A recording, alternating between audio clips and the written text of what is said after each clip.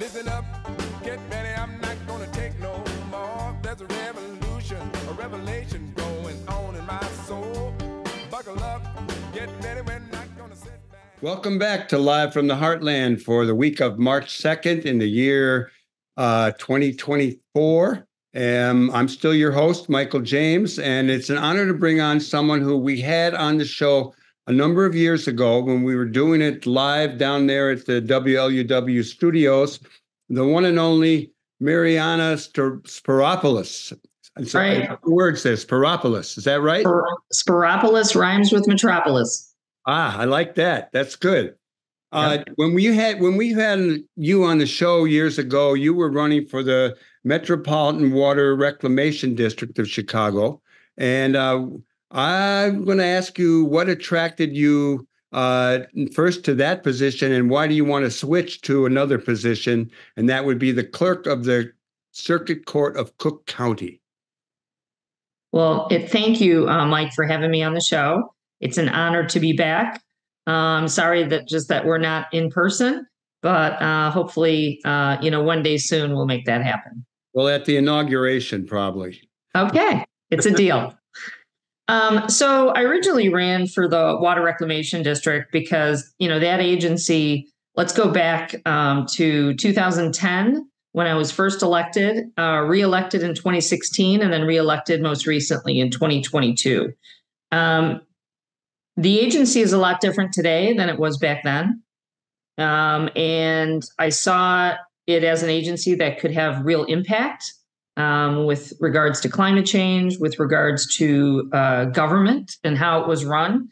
And I'm happy to say that I have brought some, I believe, meaningful change to that agency.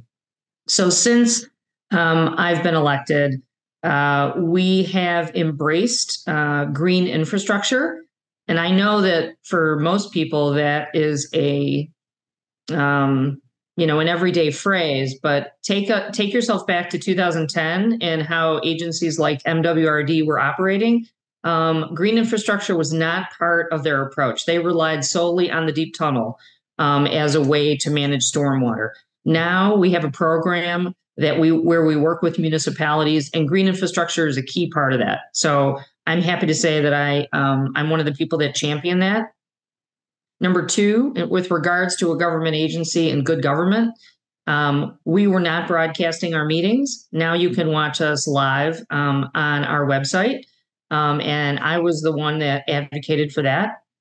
Number two, I introduced the policy for an independent inspector general for an agency that was, 130 plus years old. There was a little bit of pushback, but I introduced it in April of 2017, and we got it passed in 2019. So I'm happy to say that, we have brought this agency that's done a lot of good work into the 21st century, but there's still, some things that, we need to do. Now, during this whole time, I've been an attorney. People don't know that part of me. I've been an attorney for over 25 years. I went to John Marshall Law School, which is now UIC Law, and I got my MBA from Loyola. And I started my legal career as an assistant state's attorney, working in child support, in juvenile, night narcotics, criminal appeals. I then opened my own law practice and did contract work, business transactions, et cetera.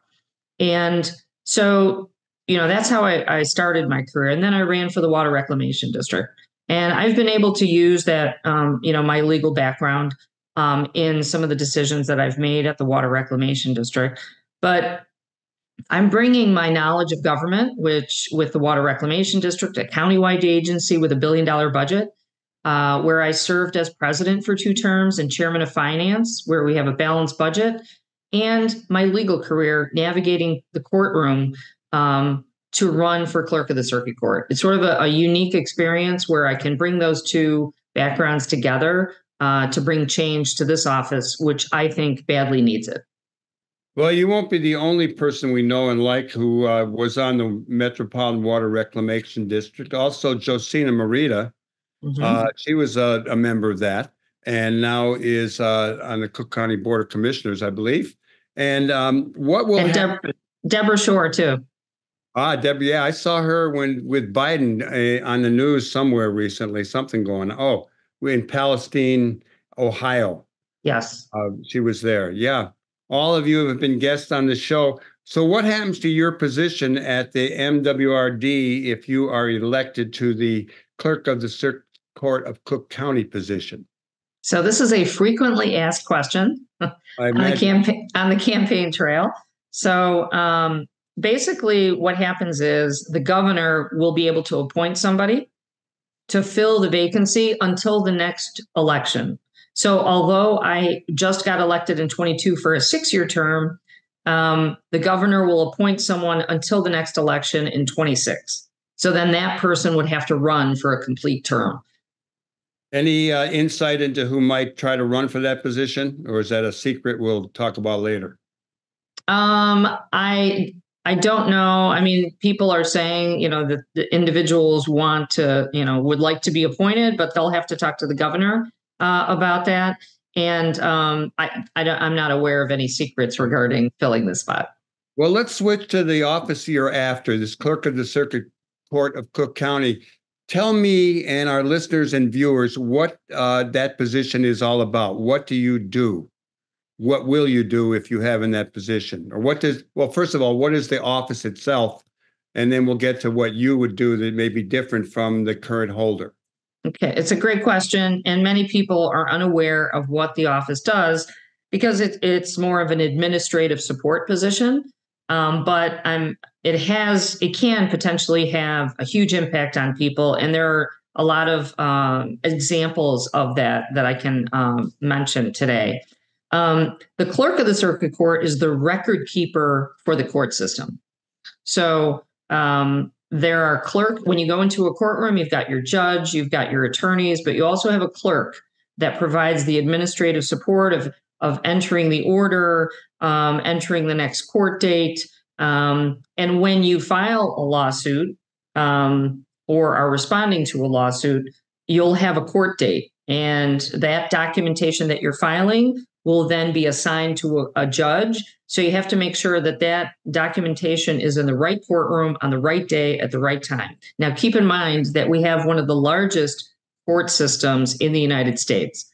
Los Angeles is larger, but it's a diversified system. Here in Cook County, we have a unified system. So we have a lot of cases that have to be managed, and a lot of courthouses. We've got Markham, Bridgeview, Maywood, Daly Center, Skokie, Rolling Meadows, and a lot of branch courts. So there are a lot of individuals that work for the clerk's office, about 1,400 employees with a $130 million budget. Your and my tax dollars are being used to make this office work or not work, as the case may be currently. And so, it has to run like a well-oiled machine in terms of the people, in terms of the processes, in terms of the paperwork, and I would argue the technology. But that's one of the platforms that I'm running on to make the technology work. This office way back, it was under the direction of Dorothy Brown. There was a lot of kind of negative things that happened, no consequences. She left the position. Iris Martinez is there now. You've been endorsed by the Democratic Party, who we tend to root for sometimes, but not always. And I'm just hopefully in this case you do. It's getting better. It's very different. We maybe can address that a little bit later, but your criticism of the current office holder and what you would do differently. Well, how much time do we have? We got another 15 minutes, I think. Okay. Well, I think that there's a lot that needs to be addressed regarding this office. But there are some incidences that are supported by news outlets, and I'd like to bring those up so that if your listeners or viewers would like to do more research, dig a little deeper on these stories, I think that's important. So WBEZ did a story in May of 23, where if you go through the restorative justice program and you have a low-level felony, and you satisfy the requirements of that program, the felonies should be removed from your record and you have a clean record. Right. And that was not happening. So the public defender, who was representing many of those people, noticed this because their clients were, had lost their jobs because the employers found out there was a felony on the record, pointed it out to the clerk's office. The clerk pointed the finger to the chief judge and said, that's not our responsibility. It's the chief judge's responsibility. And that's not true. It's the clerk's job to do that. So there's a couple of problems in this scenario. Number one, taking responsibility for what you're supposed to be doing.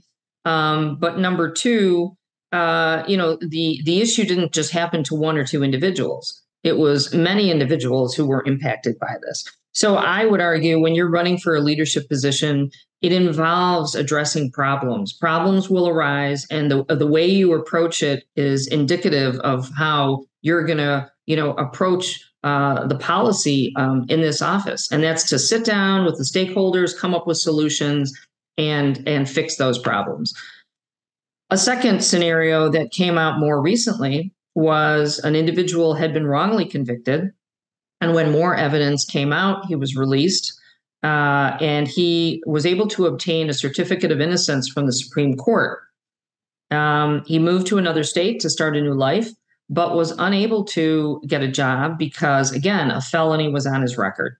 The reporter for the story, this is a CBS story, raised the issue with the clerk's office and said, what's going on? And basically all they did was resend the certificate of innocence. And the reporter said, this doesn't really help us solve the problem. I would appoint, again, to sit down and solve this problem. It's being presented to you, and try to help this individual out with this problem. He paid a dear price with many years of his life in jail. He was wrongfully convicted.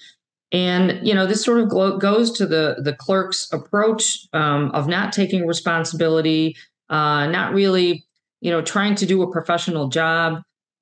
And most recently, a couple of days ago, a story that had been covered by several news outlets regarding the identity of juvenile individuals that were part of cases. So the office was attempting to put criminal cases online.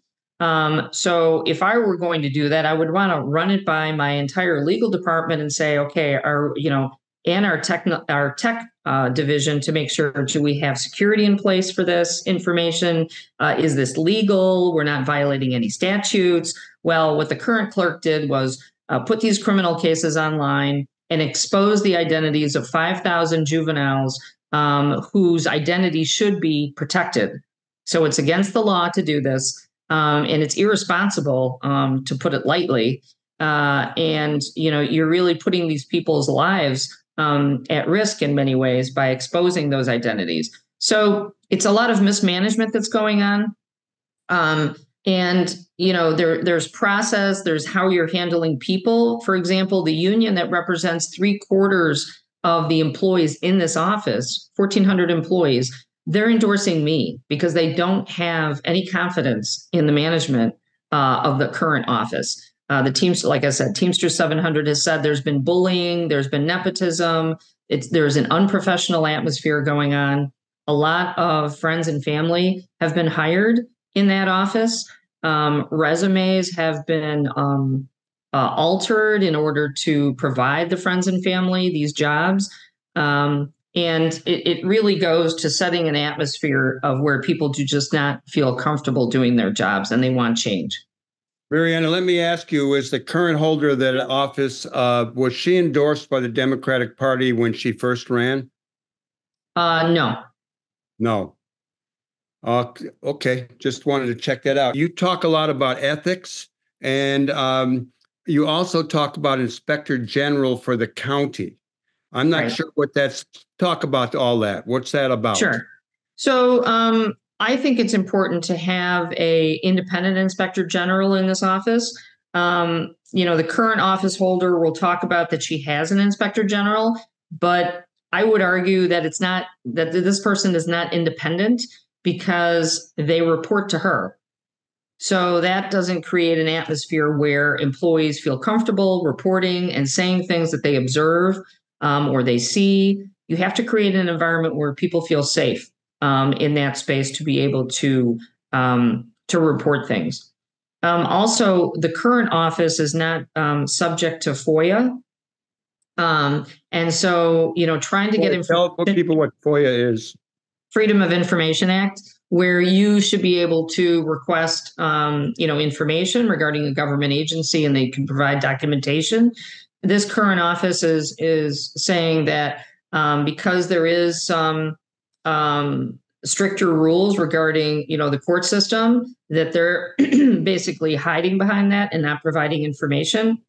I want to, once I get into that office, work for more transparency so that people can get the information regarding our budget, our resources, where we're putting people, how many cases we have. Obviously, we would not expose any kind of sensitive information in cases. That would be something that we would provide strict security on. But with regards to the functioning of the office, I don't see any harm in trying to work for greater transparency regarding that as well. Go ahead. I was just going to say, so there is an inspector general. I don't know how do we get the inspector general, elected, appointed for the county? And that's different than the inspector general for Chicago.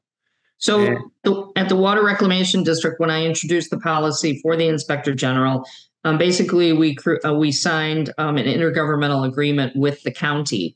So Water Reclamation District is a separate government agency, and we signed an IGA with the county, and they provide our inspector general for Water Reclamation District so that people can go outside of the agency and,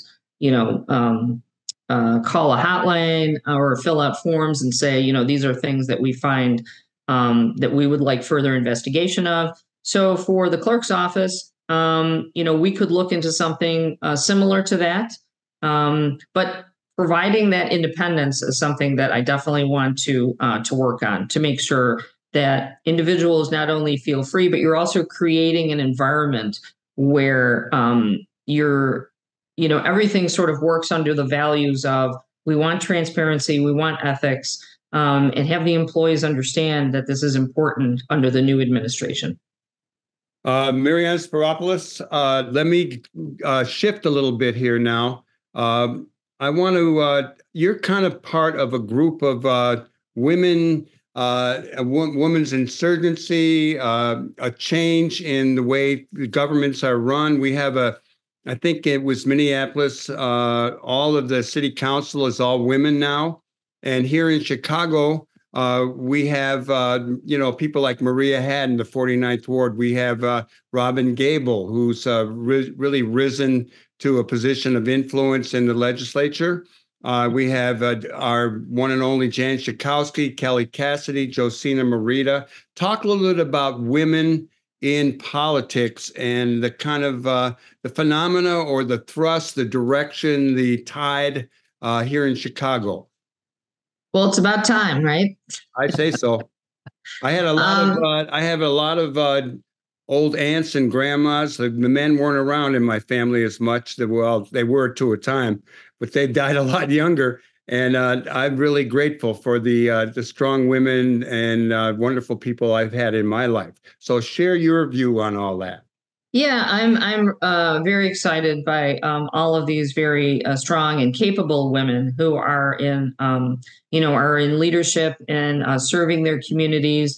Certainly, Josina and Jan Schakowsky and Maria Haddon are all supporting my campaign.